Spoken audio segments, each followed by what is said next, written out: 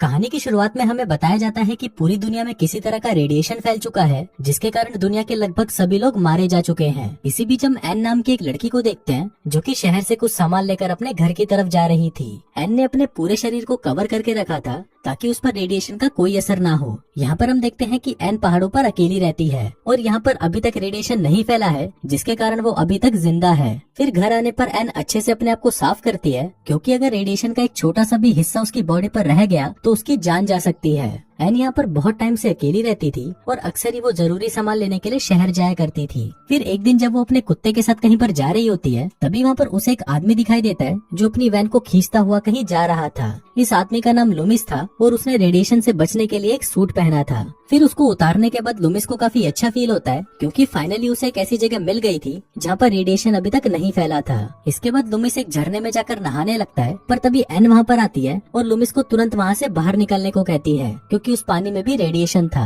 अब लुमिस को जैसे ही इसके बारे में पता चलता है, वो तुरंत बाहर आ जाता है, पर तब तक लुमिस इन्फेक्टेड हो चुका था, इसलिए उसे उल्टियाँ होना शुरू हो जाती हैं। अब लुमिस बहुत ही मुश्किल से अपनी वैन के पास आता है और एक इंजेक्शन लगाने की कोशिश करता है, पर क्योंकि उसकी हालत बहुत ज्यादा खराब हो चुकी थी, इसलिए वो उस इंजेक्शन को नहीं लगा पाता। तभी वो एन को उसे वो इंजेक्शन लगाने को कहता है और एन उसे वो इंजेक्शन लगा देती है। अब क्योंकि लुमिस काफी ज्यादा बीमार हो चुका था, इसलिए एन उसे अपने घर ले आती है और उसकी देखभाल करने लगती है। एन गॉड से प्रार्थना भी करती है कि लुमिस को कुछ ना हो, क्योंकि वो यहाँ पर बहुत टाइम से अकेली रह रही है और वो फिर से अकेली नहीं होना चाहती। अब इसके कुछ दिनों बाद लुमिस की कंडीशन बेटर होने लगती है और फिर एक दिन जब वो दोनों आपस में बात कर रहे होते हैं, तभी लुमिस एन को बताता है कि ये जगह पूरी तरह पहाड़ों से घिरी हुई है, इसलिए अभी तक यहाँ पर रेडिएशन नहीं पहुँचा। ये सुनकर एन उसे बोलती है कि ये जगह गॉड ने हमारे लिए बनाई है ताकि हम यहाँ पर जिंदा रह सकें। एन लुमिस को ये भी बताती है कि उसके फादर और भाई बाकी बचे हुए जिंदा लोगों को ढूंढने गए थे, लेकिन आज तक वो वापस नहीं लौटे। फिर अगले दिन जब एन खेत में काम कर रही थी, तभी लुमिस उसके पास आता है और उसे कहता है कि तुम्हें ट्रैक्टर का इस्तेमाल करना चाहिए, पर इस पर एन उसे बोलती है कि इसमें पेट्रोल नहीं है और पेट्रोल पंप बिजली से चलता है, जो काफी सालों से यहाँ पर नहीं है। पर इस पर लुमिस उसे बोलता है कि हम बिना बिजली के भी पेट्रोल पंप से पेट्रोल निकाल सकते हैं। और फिर जब एन उसके इस तरीके को ट्राई करती है, तो वो पेट्रोल निकालने में कामयाब रहती है।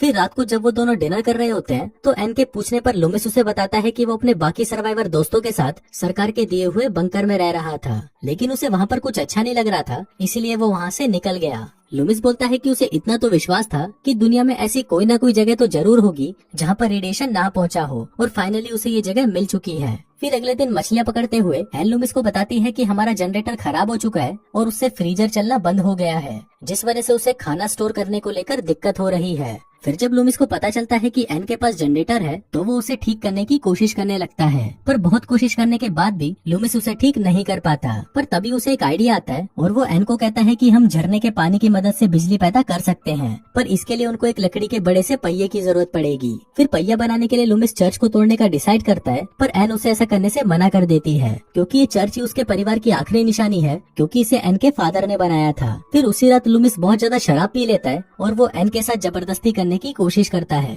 पर एन लुमिस को इस तरह देखकर वहाँ से भाग जाती है। फिर अगले दिन उठने पर लुमिस को अपनी गलती का एहसास होता है, इसलिए वो एन के पास जाकर उससे कल रात की हरकत के लिए माफी मांगता है। इसके बाद जब एन चर्च में पियानो बजा रही थी, तभी उसे खिड़की पर किसी आदमी की परछाई दिखती है। ये देखकर एन को लगता है कि शायद वो लुमिस होगा, पर जब एन उससे इस बारे में पूछती है, तो लुमिस उसे मना कर देता है और कहता है कि मुझे नहीं पता वो कौन था। फिर उसी रात एन तैयार होकर घर पर लुमिस के साथ कैंडल लाइट डिनर करती है, और डिनर के बाद जब एन लुमिस के करीब आने लगती है, तो लुमिस उसे वहीं रोक देता है और कहता है कि हमें जल्दबाजी नहीं करनी चाहिए और पहले हमें एक दूसरे को अच्छे से जान लेना चाहिए, जिस पर एन भी उसकी इस बात से एग्री करती है। फिर अगले दिन एन लुमिस के पास आती है और वो चर्च को तोड़कर पहिया बनाने की बात पर एग्री हो जाती है, पर इस पर लुमिस उसे मना कर देता है और कहता है कि हम कोई दूसरा रास्ता ढूंढ लेंगे। कुछ देर बाद एन को सेलेब नाम का एक और आदमी मिलता है और वो उसे अपने घर ले आती है, पर लुमिस को सेलेब का वहाँ आना पसंद नहीं आता, इसलिए वो उसे यहाँ से जाने को कहता है। इसके बाद लुमिस जब सेलेब की रेडिएशन लेवल को चेक करता है, तो उसे पता चलता है कि सेलेब के अंदर थोड़ा बहुत रेडिएशन है, जिस वजह से वो उसे बाहर ही रुकने को कहता है। पर ये सब एन को बिल्कुल भी अच्छा नहीं लगता, इसलिए वो लुमिस को कहती है कि हमें उसे घर के अंदर ले आना चाहिए, क्योंकि वो पूरी रात बाहर नहीं रह पाएगा। अब लुमिस भी एन की बात मान लेता है और वो सेलेब को घर के अंदर आने के लिए बुला लेते हैं। इसके बाद जब वो तीनों साथ में खाना खा रहे थे, तो लुमिस उनको अपनी एक कहानी बताता है कि एक बार जब वो पानी लेकर वापस अपनी वैन की तरफ आया, तो वहाँ पर उसने एक लड़के को देखा जो रेडिएशन से तड़प रहा था। फिर वो लड़का लुमिस के हाथ में बंदूक देखकर उसे गोली मारने को कहता है, पर लुमिस ने ऐसा नहीं किया और वो उसे वहीं छोड़कर वहाँ से चला गया।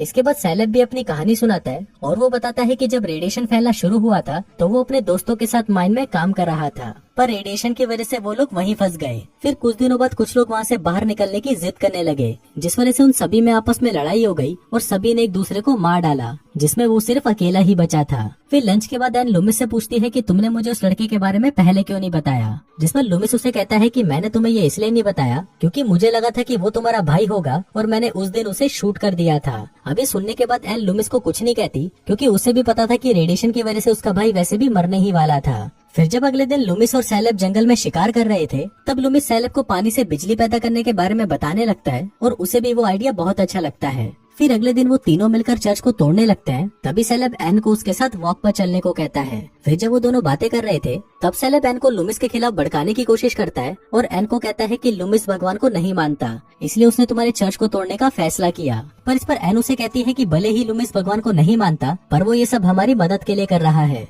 इसके बाद जब वो दोनों साथ में वापस आ रहे थे तो लुमिस उन्हें वहाँ पर देख लेता है और उन्हें साथ में देखकर लुमिस को उनसे जलन होने लगती है। फिर रात को लुमिस एन को बुलाकर कहता है कि अगर तुम सैलेब को पसंद करती हो तो मुझे इस बात से कोई प्रॉब्लम नहीं और तुम दोनों एक साथ में रह सकते हो। पर यह बात एन को बहुत बुरी लगती है, इसलिए वो गुस्से में वहाँ से चली जाती है। फिर अगले दिन से हम देखते हैं कि एन और लुमिस में बातें होना बहुत कम हो जाती हैं। दूसरी तरफ वो पहिया भी बनकर तैयार हो चुका था, इसलिए वो इस खुशी में उस रात को पार्टी करते हैं। पार्टी के बाद वो तीनों साथ में लेक पर नहाने भी जाते हैं, पर उसके बाद ही लुमिस एन के पास आकर उसे अपनी दिल की बात बता देता है कि अब वो उसे पसंद करने लगा है। पर एन इस पर उसे कोई जवाब नहीं देती और वहाँ से चली जाती है। अब लुमिस भी बहुत ज्यादा नशे में था, इसलिए वो घर आते ही सो जाता है। पर वहीं एन को नींद नहीं आ रही थी क्योंकि उसे समझ नहीं आ रहा था कि वो सैलेब और लुमिस में से किसे चुने, क्योंकि अब वो उन दोनों को ही पसंद करने लगी थी। अब इसी कंफ्यूजन में एन सैलेब के पास जाती है और वो दोनों पूरी रात एंजॉय करते हैं। फिर अगले दिन जब लुमिस सोकर उठता है तो वो देखता है कि एन और सैलेब कुछ अलग ही तरह से बिहेव कर रहे हैं, जिसको देखकर वो समझ जाता है कि इन दोनों के बीच में कल रात को कुछ तो हुआ था। इसके बाद लुमिस और सैलेब पहिया फिट करने के लिए झरने के पास जाते हैं और पहिया भी काम करना शुरू कर देता है। तभी सैलेब लुमिस का सूट पहनकर झरने में उतरकर काम कर रहा था और वहीं लुमिस सैलेब की केबल को पकड़कर उसे सपोर्ट कर रहा था। इसके बाद जब सैलेब काम खत्म करके ऊपर आ रहा होता है तभी उसका पैर फिसलता है और वो नीचे गिरने लगता है। पर तभी लुमिस सूट की केबल को पकड़कर उसे बचा लेता है, लेकिन तभी वो सोचता है कि अगर उसने सैलेब को यहाँ से नीचे फेंक दिया तो वो एन की जिंदगी से हमेशा के लिए चला जाएगा। इसके बाद सीन यही कट होता है और लुमिस जब घर वापस आता है तो एन उसे पिछली रात के लिए माफी मांगती है। इस पर लुमिस उसे कहता है कि तुम्हें माफी मांगने की कोई जरूरत नहीं और सैलेब भी दूसरे शहर जाने के लिए यहाँ से निकल चुका है। अभी सुनकर हम व्यूवर्स को पता चलता है कि लुमिस ने सैलेब को पहाड़ से नीचे फेंककर मार दिया है। फिर इसके बाद लुमिस जनरेटर को चालू करता है और पूरे घर में बिजली आ जाती है, जिससे एन को भी बहुत अच्छा लगता है। इसके बाद जब एन पियानो बजा रही थी तो लुमिस वहाँ पर आता है और उसके पास आकर बैठ जाता है और इसी के साथ ही ये कहानी यहीं खत्म हो जाती है।